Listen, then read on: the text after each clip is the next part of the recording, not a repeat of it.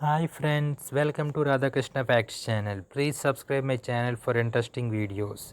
In this video, you will know about the process what will happen on onboarding day in Cognizant, which is conducted in virtual mode in the year of 2022.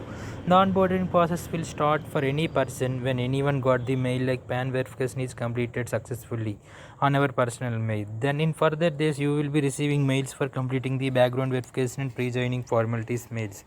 Once the date of joining is confirmed for you, the 3 days before date of joining onboarding pass is generated in Cognizant portal. The same will be informed through the mobile SMS also and to your personal mail. Like onboarding pass is now available to download, but onboarding process in virtual mode. They will not need required to show the onboarding pass on the WebEx link will come on date of joining day after morning 7 and max meeting after morning 10:30 only will be conducted and meeting will be between 30 to 40 minutes on that day. Meeting will be held for 30 to 40 people on that day and when meeting starts HR will say the questions what to answer in meeting and everyone wait for their turn means HR will call person by person name to answer the questions given in the meeting. Questions asked are candidate ID, our full name, is our final semester complete or not, our current location in India or not, if you fought previously in CTS.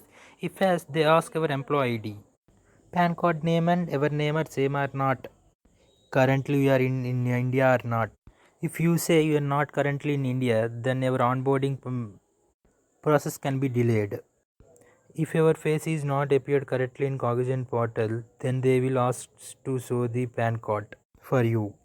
After onboarding, for next process to know, see the next video in our playlist in my channel.